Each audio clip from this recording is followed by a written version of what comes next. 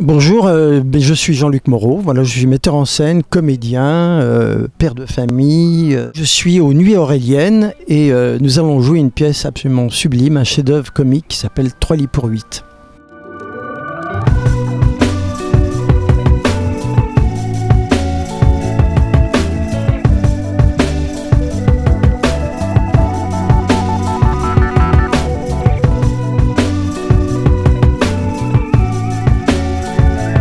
Il y a trois familles, donc trois genres, trois couples. Un couple de retraités, un couple middle class, et puis un troisième couple assez bobo. Et il y a un quatrième couple que je qualifierais d'emmerdeur et qui va, pendant 1h30 que dure la pièce, venir polluer ces trois univers. C'est un couple, ils ont la trentaine, hein, ils sont mariés, ils sont certainement très amoureux, mais en même temps c'est un amour sauvage, problématique, compliqué. Alors ils viennent, comme ça arrive dans la vraie vie, on connaît ça, on a rencontré ça 20 fois, ils viennent évidemment emmerder les autres, c'est-à-dire leur parler de leurs problèmes. Mais quand on vient parler de ces problèmes à quelqu'un à 4 h du matin, c'est pas le meilleur moment. Et donc la pièce raconte cette pollution que subissent ces trois couples par le quatrième couple qui vient vraiment les détruire. Tiens, regarde Caroline. Caroline? Tu sais, le petit tonneau. Ah ouais. Bon, elle te dit, je suis un petit tonneau. Je regarde dans la glace, elle se dit à elle-même, je suis un petit tonneau. Non, c'est tout de même plus sain, non? Non, c'est sûr. Il aurait dû se marier avec l'autre, c'est sûr. Ah oui, mais c'est comme ça, si tu veux, alors autant nous y faire, hein. Non? Qu'est-ce que tu veux? J'ai pas lu mes fossiles à l'envers, moi. Et c'est un spectacle assez compliqué à régler, comme il y a 8 comédiens qui sont pratiquement en permanence sur le plateau. Généralement, ce sont des spectacles qui ont tendance à se dérégler très vite. Et donc, il est nécessaire que le metteur en scène soit plus que présent. En plus, c'est une pièce comique, et donc les pièces comiques ont tendance, je ne dis pas à se décaler plus vite, mais souvent, il y a les acteurs commencent à prendre des libertés ou s'amusent un peu plus qu'ils ne devraient et finissent par ne plus raconter l'histoire comme moi j'ai envie qu'on la raconte. Je pense que Ayckbourn est un auteur absolument, je dirais, génial. C'est une des pièces qui est le plus jouée au monde. C'est un esprit très anglais. Mais moi, je peux pas faire de concession au public.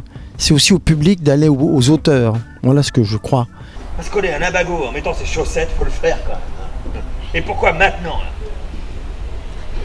Je ne sais pas, mon chéri. Et je vais devenir dingue. Moi, dans un lit, je pourrais pas, je vais craquer, je le sens. Enfin, pour combien de temps il a dit que j'en avais l'autre là? Quelques jours. Quelques jours, je suis encore là, à Noël. Oui. Mais non. Je l'ai acheté. Tu veux la mettre? À ton avis? Non, parce que une minerve pour un abago. Absolument. T'as pensé à appeler le bureau pour annuler le briefing demain matin? Oui. C'est annulé. Ça va? Ça va. Je ne sais pas pourquoi tu payes une secrétaire. Allez. Ayckbourn est un auteur incroyablement imaginatif sur le plan notamment des dramaturgies.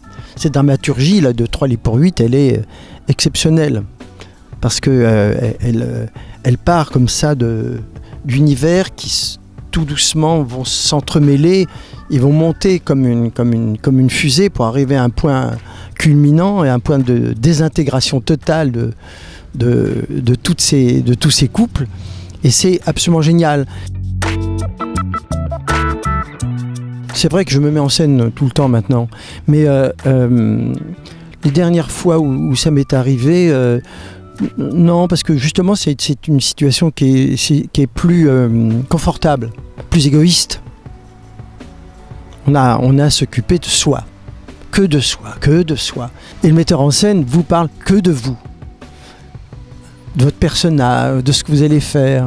C'est enivrant complètement. Alors que quand on est metteur en scène, on doit justement être attentif à l'autre. C'est vraiment une... Je trouve que c'est une... Plus qu'un état d'esprit, c'est une philosophie très différente, quoi. Si par exemple vous avez à reprendre un rôle, quand on reprend des rôles, je monte une pièce, l'histoire d'un homme et d'une femme à qui il arrive des trucs. Bon, je monte la pièce. On doit changer les acteurs. Et les acteurs qui vont remplacer donc les acteurs qui jouaient, au moment des répétitions, ils me disent moi je veux bien jouer, reprendre le rôle, mais à condition c'est que tu me fasses pas faire la même chose que l'actrice qui jouait le rôle avant. Et moi je réponds si, tu vas faire exactement la même chose, mais ce sera pas pareil quand même. Salut les Pascal, les mouches, Natacha et Antoine. Attends. T'as invité Antoine? Oui. Et Natacha? Ah, oui. C'est la cata. Tu peux préparer les gilets de sauvetage. T'exagères. Bon, je vais mettre ma chemise. Tu peux arrêter mon bain, Minouchon? Ah, oui. Oh, celui-là, très drôle, hein. Quoi? Les chaussures. Je me suis rendu compte que même si on fait les mêmes gestes dans une pièce, même si on répète la même chose, à partir du moment où c'est plus le même acteur qui est porteur de ces gestes, la signification est différente. Parce que la main est différente, parce que l'œil est différent, parce qu'on est différent. Donc à partir de ce moment-là, on peut raconter des histoires à l'infini. Elles sont à la fois toujours peut-être sensiblement les mêmes, mais elles seront malgré tout toujours différentes.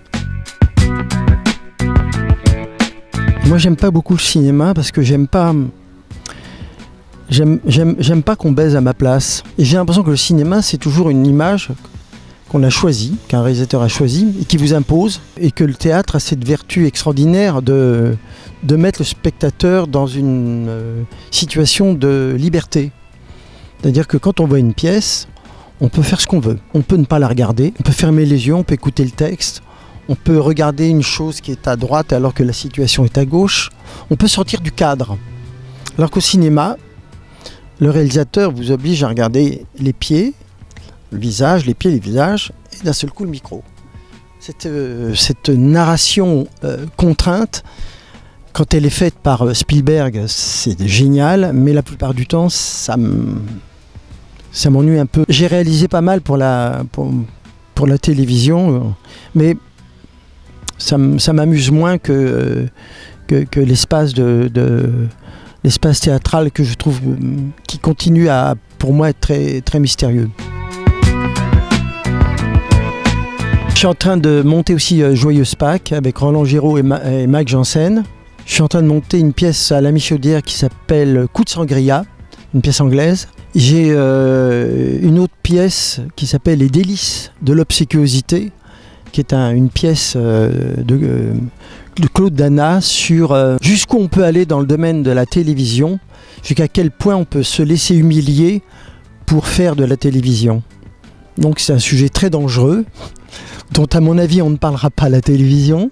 On va monter une comédie musicale sur Gagarine, au Palais des Sports, sur la vie de Gagarine, sur ce truc incroyable d'avoir fait le tour de la Terre. Et cette fin idiote, lui qui avait fait le tour de la Terre, il est mort en avion comme un con, dans un petit avion ridicule.